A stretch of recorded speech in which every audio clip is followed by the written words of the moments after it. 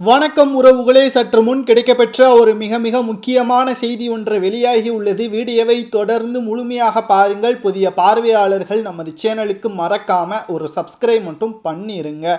எடப்பாடி பழனிசாமி அவர்கள் அதிமுகவின் பொதுச் செயலாளர் என்று அதிகாரப்பூர்வமாக நீதிமன்றம் இன்று வரை அறிவிக்கவில்லை. வருகின்ற ஜனவரி 14ஆம் தேதி நீதிமன்றம் கூறுகின்ற இறுதி தீர்ப்பு தான் அதை உறுதிப்படுத்தும். அதுவரைக்கும் அதிமுகவின் ஒருங்கிணைப்பாளராக பன்னீர்செல்வம் அவர்கள்தான் செயல்படுவார் என்று திடுக்கிடும் தகவல்கள் வைத்திலிங்கம் அவர்கள் கூறியுள்ளார். அதாவது அனைத்திந்திய அண்ணா திராவிட முன்னேற்ற கழகத்தில் 2 முறை முதல்வராக நேரடியாக புரட்சி தலைவி ஜெயலலிதா அவர்களால் தேர்வு செய்யப்பட்டவர் பன்னீர்செல்வம் அவர்கள் என்றும், கூவத்தூரில் நடைபெற்ற மிக மோசமான பண பரிவர்த்தனையின் காரணமாக சசிகலா அவர்கள் கூறிய ஒற்றை வார்த்தையின் காரணமாக முதல்வர் பதவியவே விட்டு கொடுத்தவர் பன்னீர்செல்வம் அண்ணன் என்றும் வைத்திலிங்கம் அவர்கள் கூறியுள்ளார்.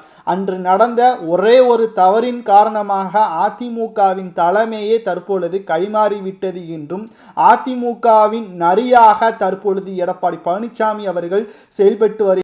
ஆனால் நீதிமன்றத்தின் மீது நாங்கள் அதிகமான நம்பிக்கை வைத்திருக்கிறோம். இறுதி தீர்ப்பு எங்களுக்கு சாதகமாக வரும். அதற்கு பிறகு பாஜகவுடன் கூட்டணி வைப்போம்.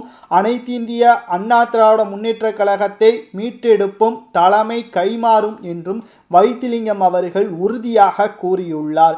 தற்பொழுது எடப்பாடி பழனிசாமி அவர்கள் அதிமுகவின் இரட்டை இலை சின்னத்தையும் கொடியையும் பன்னீர்செல்வமோ அவர்களின் ஆதரவாளர்களோ பயன்படுத்தக்கூடாது என்று எடப்பாடி பழனிசாமி அவர்கள் இடைக்கால தடை நீதிமன்றத்தின் மூலமாக போடப்பட்டிருக்கும் நிலையில் 1.5 கோடி தொண்டர்கள் முழுமையும் பன்னீர்செல்வத்திற்கு ஆதரவாகத்தான் இருக்கிறார்கள். அவர்கள் யாவரும் அதிமுகவின் கொடியையோ சின்னத்தையோ பயன்படுத்தக்கூடாது என்று உங்களால் கூற முடியுமா என்பதையும் மேல்முறையீட்டில் புதிய தகவல்களை பதிவு செய்திருக்கிறார்கள் பன்னீர்செல்வத்தின் ஆதரவாளர்கள். வருகின்ற ஜனவரி 14ஆம் தேதி தீர்ப்பு என்னவாக மாறும், தலைமை கைமாறுகிறதா என்பதை பொறுமையாக பார்க்கலாம். உங்களது கருத்துக்களை கமெண்ட் வாயிலாக கூறுங்கள்.